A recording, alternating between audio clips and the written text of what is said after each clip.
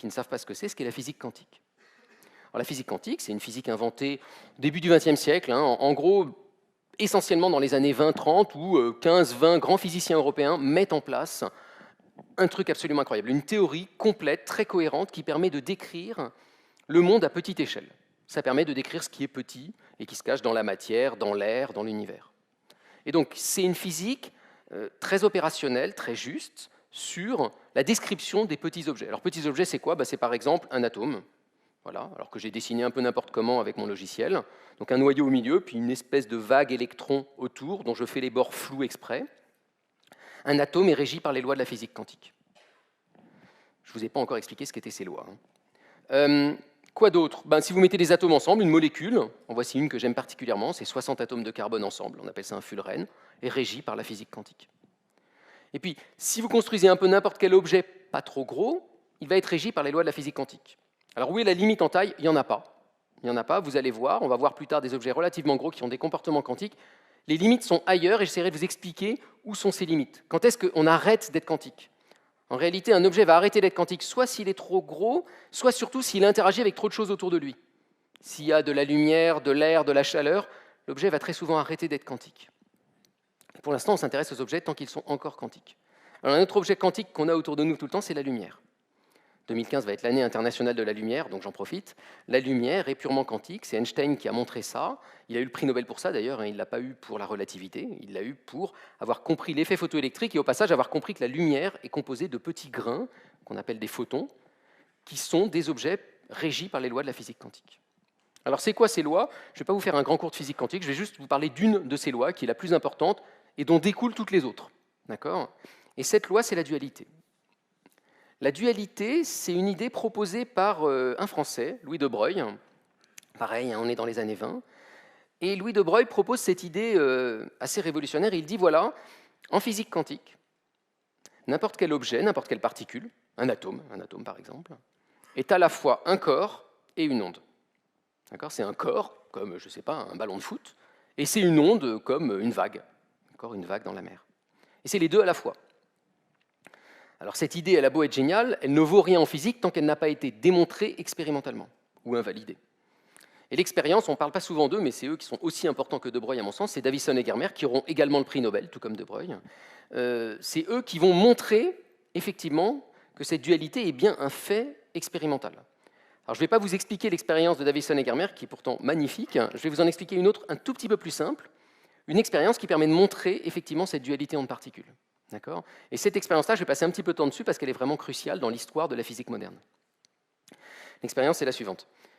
Vous avez donc cet objet, cet atome, et vous aimeriez savoir si c'est un corps ou une onde.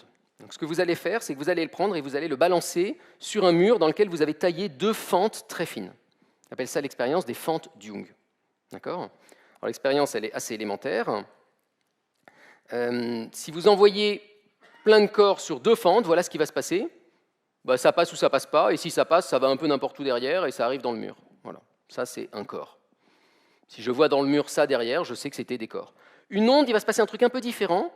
Quand l'onde arrive au niveau des deux fentes, ça va réémettre deux petites vagues qui vont se superposer entre elles, et de temps en temps elles vont s'additionner, de temps en temps se soustraire. Vous avez vu, on les voit sortir avec des hauts et des bas, et quand ils arrivent sur l'écran, des fois il y a beaucoup d'ondes, des fois pas beaucoup. On appelle ça des franges d'interférence. Donc on a une alternance de foncé, clair, foncé, clair. Donc vous, si vous êtes physicien et que vous voulez savoir si un objet est un corps ou une onde, vous le prenez, vous l'envoyez sur deux fentes et vous regardez l'écran derrière. Si vous voyez des impacts, ce sont des corps. Si vous voyez des franges d'interférence, ce sont des ondes. Et voilà l'expérience. Donc là, c'est une vraie expérience réalisée dans les années 80 avec des électrons, donc a priori des objets quantiques, des particules, qui vont être envoyés un par un, sur deux fentes, et on va regarder sur l'écran ce qui arrive. On ne les envoie pas tous ensemble pour ne pas tricher, pour ne pas qu'ils forment tous ensemble une onde. On les envoie un par un pour voir si chaque électron individuellement est un corps ou une onde. Et voilà la réponse. Voilà un électron qui vient d'arriver. Un deuxième, un troisième. Alors j'ai accéléré l'expérience exprès. Donc cette expérience me dit a priori que les électrons sont des corps et pas du tout des ondes. D'accord? Donc là, De Broglie serait un petit peu déçu en voyant ça. Et puis on laisse tourner l'expérience et on continue à envoyer les électrons un par un. Moi j'ai vraiment accéléré le temps. Ils continuent à arriver n'importe où sur l'écran. Puis là, au bout d'un moment, si vous regardez très attentivement, vous plissez un peu les yeux, vous allez vous rendre compte qu'ils n'arrivent pas complètement n'importe où. Qu'en réalité, ils forment des franges d'interférence. Ça, c'est vraiment troublant comme expérience. Je l'ai montré des centaines de fois et elle continue à me troubler à chaque fois. Parce que cette expérience, quelque part, est en train de vous dire que tous les électrons se sont mis d'accord pour former la bonne figure. Vous voyez le truc, hein? Ils y vont chacun leur tour, ils arrivent dans l'écran chacun leur tour, ils attendent que le premier électron soit arrivé pour envoyer le deuxième. À la fin de la journée, ils vous font des franges d'interférence. Et ça, c'est bizarre. En tous les cas, avant même de vous l'expliquer, cette expérience, ce qu'elle vous dit, cette expérience, c'est qu'un électron est un corps, on a vu des petits points, et une onde, on a vu des franges d'interférence. Donc la physique quantique tient le coup et vous dit, oui, une particule quantique est un corps et une onde. Alors, comment on peut la comprendre? En fait, c'est parce qu'en physique quantique, il se passe un truc dont on n'a pas l'habitude en physique classique. C'est pour ça qu'on se fait avoir par cette expérience. En physique quantique, quand vous mesurez un objet, ça change sa nature. Ça va être un des points clés de la soirée. En physique classique, si je prends le ballon de foot de tout à l'heure et que je tape dedans, moi je ne sais pas jouer au foot, mais quelqu'un qui saurait jouer au foot tape dedans, et qu'un physicien veut mesurer le mouvement, parabolique ou non, du ballon, et il se met là, et puis il prend un bon caméscope et il filme. Ou alors il prend des photos à intervalles réguliers. Et puis il reconstitue la trajectoire du ballon. En faisant ça, le physicien n'influe pas sur la trajectoire du ballon. Donc il fait une bonne mesure. En physique quantique, vous ne pouvez pas faire ça. Dès que vous allez venir avec un appareil photo, ça va changer le ballon de foot.